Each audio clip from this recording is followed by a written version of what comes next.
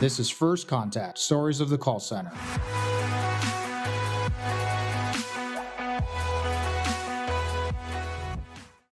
Yeah, I think we find today, and with a lot of our guests, that it's not so much whether or not the technology is available and whether or not it's financially attainable. It's one, do you have a plan on how to use it and why you're going to use it? And then when you're going to use it, can you actually measure and manage it properly? Because there's a lot of people that don't have experience leveraging those technologies and how to optimize them, how to make them really part of the journey versus just a new shiny object to insert. Now, obviously, self-service is a huge thing, right? Moving towards reducing costs, but also from a compliance perspective, finding ways where there's less humans involved when it's not an overly complex interaction so that you can find ways to still do things in a compliant manner, meet the consumer or debtor where they need to be met, when they need to be met. And then obviously from a cost perspective, anytime you have to have another human being involved, it adds more cost. So where does applied innovation layer over that piece of the project when you come to any business where you're trying to say this adds value into your business? We understand that there's a portal. Anything specific around where there's something different or unique that drives what you deliver as value? Well, I think, first of all, the whole concept of self-service is critical. And not only on the consumer end, but also on the client end as well, because you can put a tremendous amount of resources into clients that have needs. So I think when you're talking about where we are heading and what we offer as applied innovation, it is truly that enhancement of the self-service.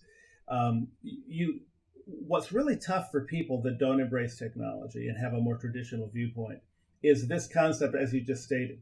We're moving towards self-service. I've had companies that we're talking to that say, I don't want those consumers calling my collectors. I want them just to get a letter and go and pay their account, right? Or get the information and call in and make a payment on IVR, but not waste the time of our collectors.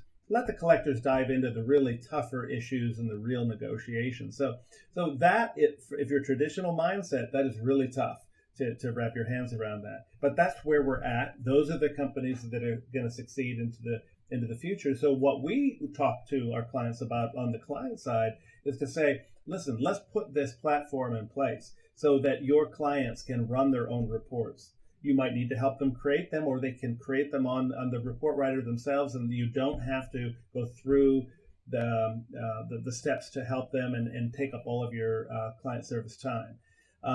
Why don't we take your statements that you create for your clients each month, let's port them over to the Papyrus platform, and then notify your clients that your statements are waiting for them, and they go in and they grab them. There's still lots of agencies that are sending out their statements in the mail. And then, of course, ACH their check to them. So I think those types of resources are critical. And then on the consumer pathway, where a consumer can get a letter, they can log into a website. They can, if they like, create an account. They can have a display of all of their accounts with that agency. They can pick and choose what they want to pay.